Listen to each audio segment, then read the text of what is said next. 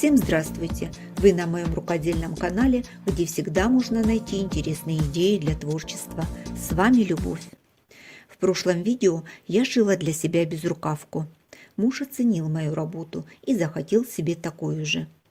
В этом видео я перешью ненужный пиджак в теплую стеганую безрукавку для него. Ткань на пиджаке хорошего качества, и с лицевой стороны пиджак выглядит хорошо. Ткань хорошо сохранилась, чего нельзя сказать о подкладке. Она пришла в негодность, особенно износился низ изделия. В переделку ко мне попали брюки большого размера, из них сделаю подкладку. Ткань плотная, стретч, с изнаночной стороны слегка бархатистая, и я решила ее перелицевать. Еще нашла небольшой кусок велюра, использую его для акцента на подкладке. Утеплять жилет буду синтепоном. У меня силиконизированный, плотность 100 грамм на метр. И первое, что я сделаю, это безжалостно избавлюсь от подкладки. Нитки уже не прочные, и делать это легко. В пиджаке есть наплечники. Поролон у них уже весь рассыпался. Их тоже удаляю. Подборт на полочке приточной. Оставлю его вместе с петлями. На спинке есть шлица, ее я зашью. От карманов избавлюсь, заменю на накладные. Чтобы пиджак хорошо держал форму, полочки проклеивали бортовкой. Она мне не нужна. Снимается она хорошо, чего не могу сказать о флизелине. Попробую снять его во время стирки. Вся ткань с внутренней стороны покрыта пылью от поролона, который был в наплечниках. Особенно много его скопилось в швах. Чтобы от него избавиться, постираю изделие. Перед стиркой разберусь с карманами. Все дополнительные детали кармана я убрала. Закрою сверху полоской клеевого флизелина и заштопаю. Чтобы клей не попал на утюг, воспользовалась дополнительной тканью. Проутюжила сначала с изнанки, потом перевернула и прошла еще раз с лицевой стороны. Вначале края соединила прерывистым зигзагом и затем прямой строчкой сделала штопку. Нагрудный кармашек оставлю в качестве декора. Проложила строчку. Срезаю мешковину кармана. Заготовку постирала, высушила и проутюжила. От флизелина хоть и с трудом удалось избавиться, а вот от клея только частично. Если вы знаете, как можно это сделать, поделитесь с нами в комментариях. Думаю, всем будет интересно и познавательно. Пиджак у меня приталенный. Простегать заготовку целиком не получится. Поэтому распарываю его на отдельные детали. Думала распороть пиджак только по одному шву, где нет кармана, но потом поняла, что придется распороть и второй шов. Поэтому пришлось восстанавливать припуски на штопке. Собрала заготовку для стежки. Детали закрепила булавками и провела направляющие линии для стежки. Простегала заготовку в одном направлении, затем отпарила, не придавливая утюгом, чтобы синтепон не потерял свой объем, и потом уже стегала в другом направлении.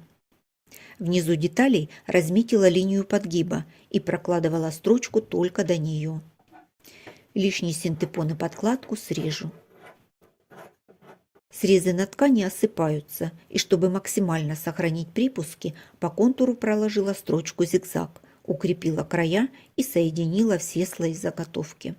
На полочках разметила линии для застежки и внизу припуск для подгиба.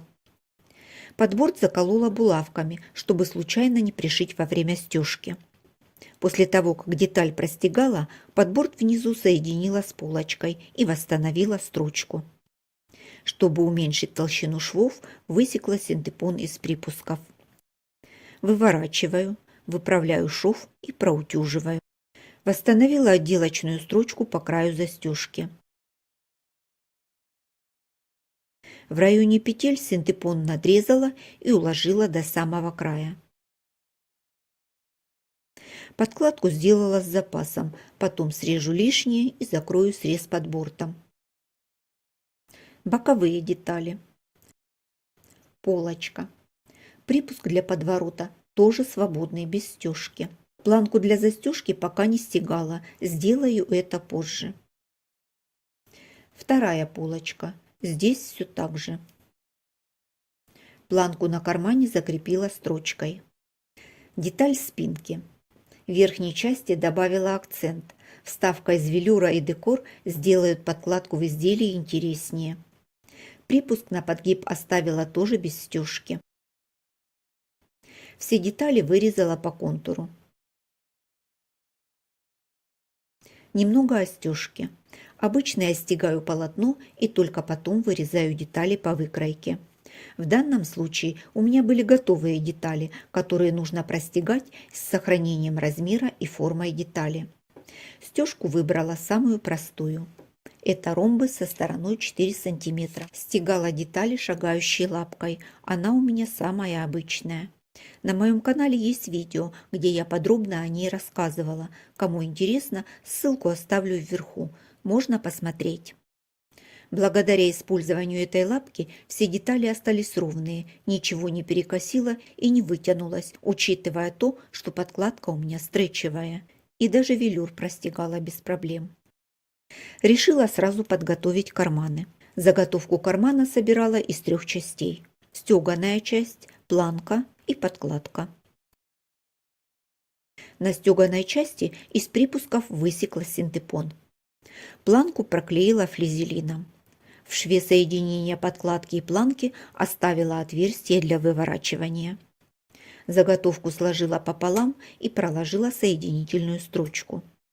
Высекаю уголки и выравниваю припуски.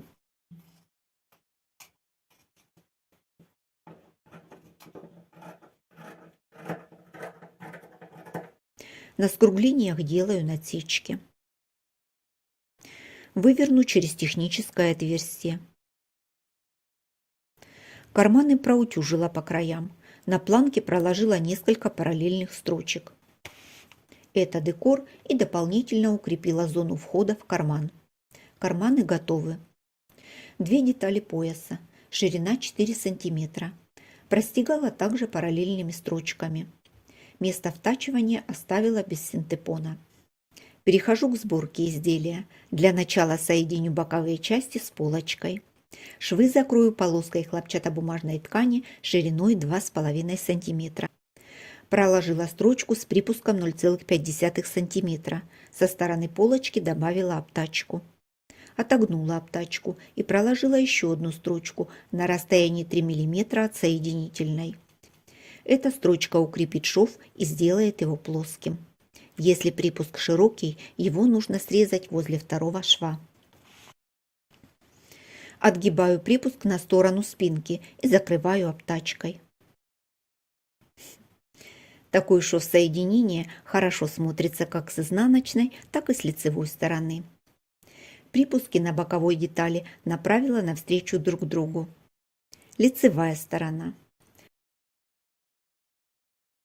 В шов стачивания с деталью спинки вставила пояс с 2 сторон, потом соединю его пуговицами.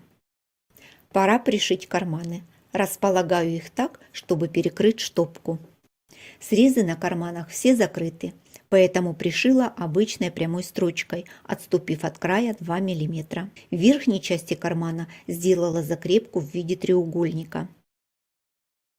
Наплечники я выбросила, и чтобы плечевые срезы не топорщились, опущу их на 1 см. Соединила плечевые срезы так же, как и боковые. Сделала примерку. Муж попросил увеличить пройму, чтобы движения были свободны. Разметку делала мелом прямо на нем с одной стороны. Потом соединила плавной линией и перенесла на вторую пройму. Все лишнее срезала. Основной ткани у меня не хватило, поэтому подобрала джинс похожего цвета и нарезала косую бейку шириной 3,5 см. Пришивать бейку начала с изнаночной стороны, затем обогнула срезы и закрепила с лицевой стороны у самого края. Края бейки соединила под рукой в незаметном месте, поставила закрепку. Займусь обработкой горловины. Откладываю длину плеча 12 см и ставлю на метку. Сзади размечаю вырез с учетом воротника. На полочке не просто соединю точку на плече и планке, а тоже немного помоделирую. Откладываю вниз 7 см и от этой точки провожу линию до планки. Сделаю более плавный переход. Перенесла разметку на вторую сторону. Отогнула подборт и по намеченной линии проложила строчку зигзаг. Укладываю подкладку, накрываю подбортом, скалываю булавками и вырезаю по разметке. Вы уже поняли, что жилет будет с воротником.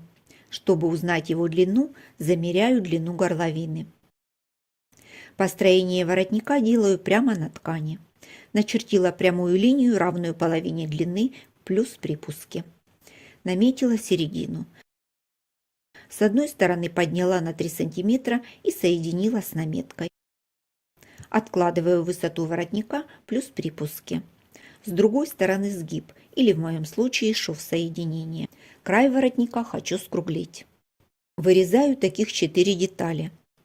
Детали проклеила флизелином, соединила, вывернула на лицевую сторону и проложила параллельные строчки. Отделка получилась такая же, как на карманах. По ходу работы решила сзади воротник сделать поуже и срезала 0,5 см. Пришила воротник с лицевой стороны. Начала от края полочки. Подборт оставила свободным. С другой стороны все так же. Сверху пришила полоску хлопчатобумажной ткани. Ей я закрою шов стачивания. Не забыла и про петельку для вешалки. Срезы обработала, все получилось аккуратно, и с изнанки, и с лицевой стороны. На петельке сделала закрепку, чтобы было понадежнее. Теперь подборт. Отложила нужную ширину. У меня 5 см плюс 1 см на припуске. Начертила линию. Срезала все лишнее.